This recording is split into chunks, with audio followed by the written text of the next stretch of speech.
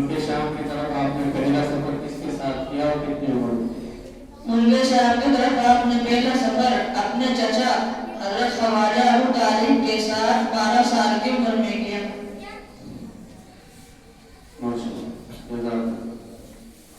آپ صلی اللہ علیہ وسلم کے وصال کے وقت آپ کی کتنی بیویاں موجود تھیں؟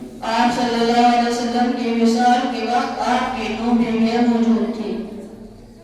آپ صلی اللہ علیہ وسلم کو غسل کس نے دیا؟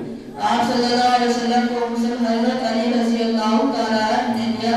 حضرت عباس رضی اللہ تعالیٰ عنہ جو ان کے 2 صاحبزادے حضرت فضل اور حضرت حسن اللہ کے رسول کے کروٹے بدل رہے تھے، نیز اسامہ اور شطران پانی ڈال رہے تھے۔